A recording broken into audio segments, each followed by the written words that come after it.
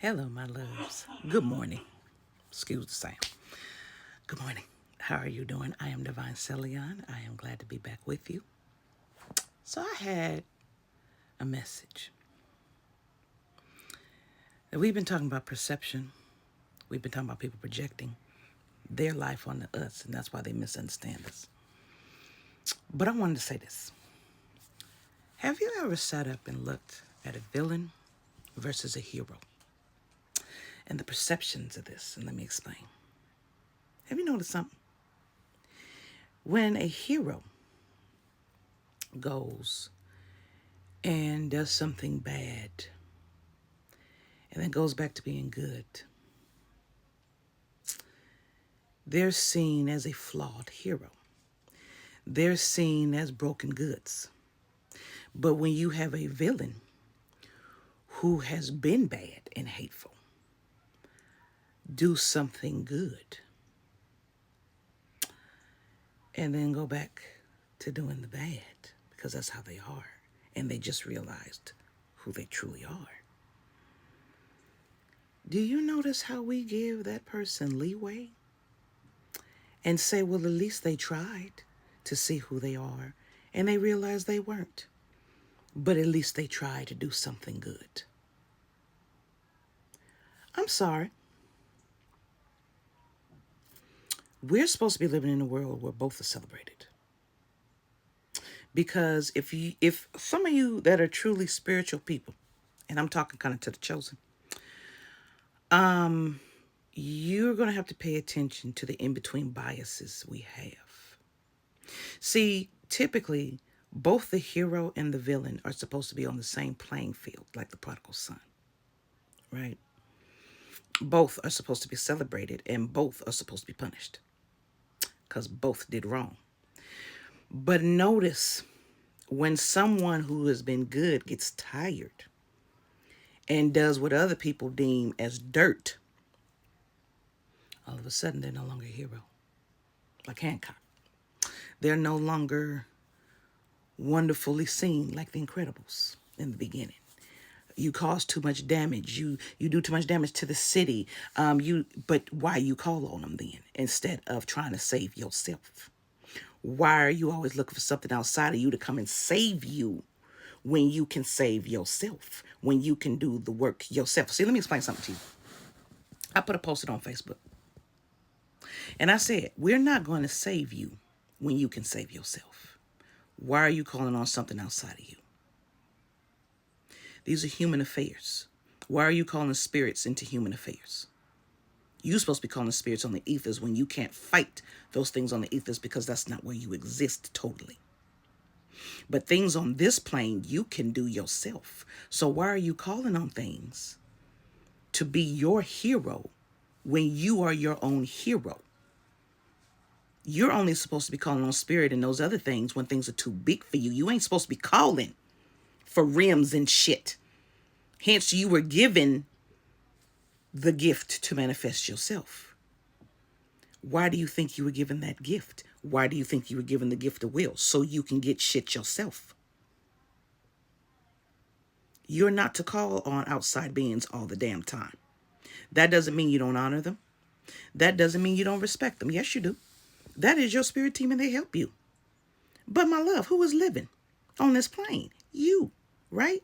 So why are you not doing the work?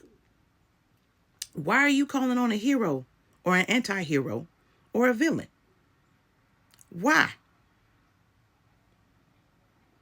Why? I want to know. I'm being nosy. Why is a villain when they do good seem to be better than a hero when they do bad and have a moment of being actually human? Like they're never allowed to be human. Make it make sense, y'all. That's like that stupid ass cancel culture shit. Who the fuck gives about that? We can cancel y'all as much as you can cancel us, and you don't control nothing next. I don't want some of this reasoning that's going around. I don't understand. Villains and heroes are on the same playing field.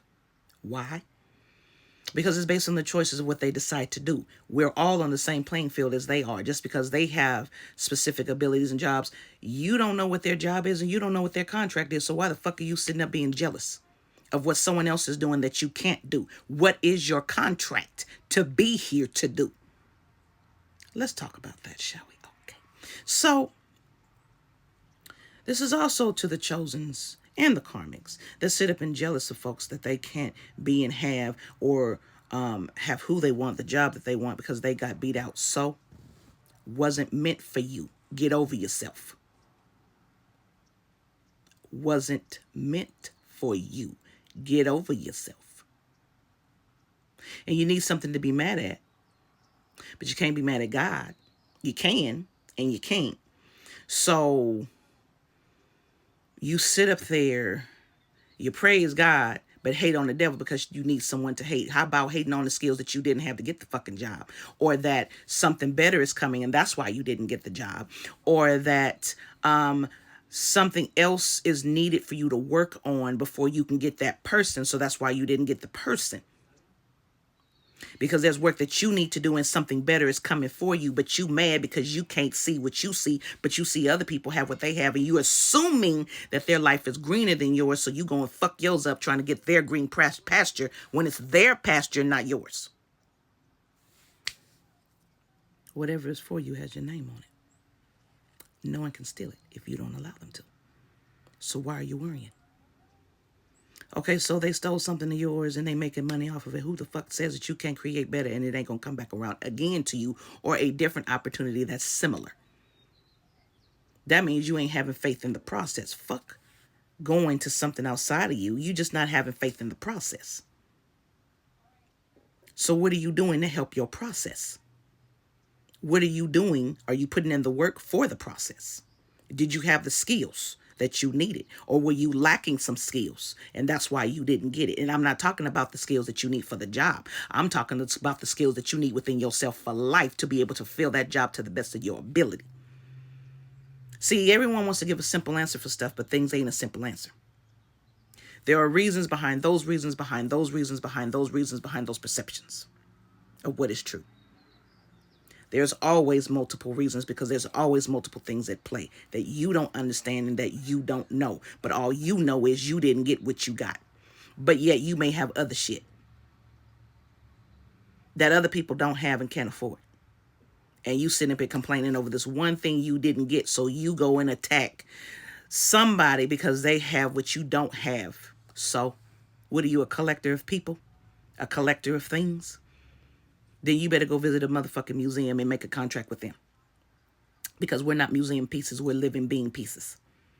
And we have our own mind and what we do. And no one controls that. So, my loves, you really need to think about how you're moving. And you really need to think about the reason behind the reason behind the reason behind the reason. And the perception and the projection. There are reasons why we don't get. Some are punishments. Some we're not ready. Some is, I got something better for you. I need you to wait. Some is, if you go now, something's going to take you out. I need you to wait. Then you get mad. And you don't. And then something happened. Why did that happen to me? I don't understand.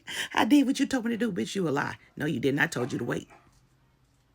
You didn't want to wait. So you got the consequences. Why are you crying to me? That's how divine is. That's how spirit is. Why are you crying to me? Everyone wants to sit up and believe that the love the spirit carries is just this infinite, oh, I'm not going to correct you. It's okay, my love. It's okay, my... Where the fuck are you living? Spirit punishes. That's what Satan is for. Everything has a job. Everything has a job. You really thought you were going to get off that easy? Especially being a human or a being that you are? You better wake up and stop with these rose-colored glasses on. Y'all got a job to do and y'all got work to do. Stop expecting nothing. Stop expecting something for giving no work. No. Now it's work time. Everyone's required. Everyone's being called back into the office. Well, Spirit's calling everybody back into the office. It's time to get to work. You're being called. Love you now. Namaste.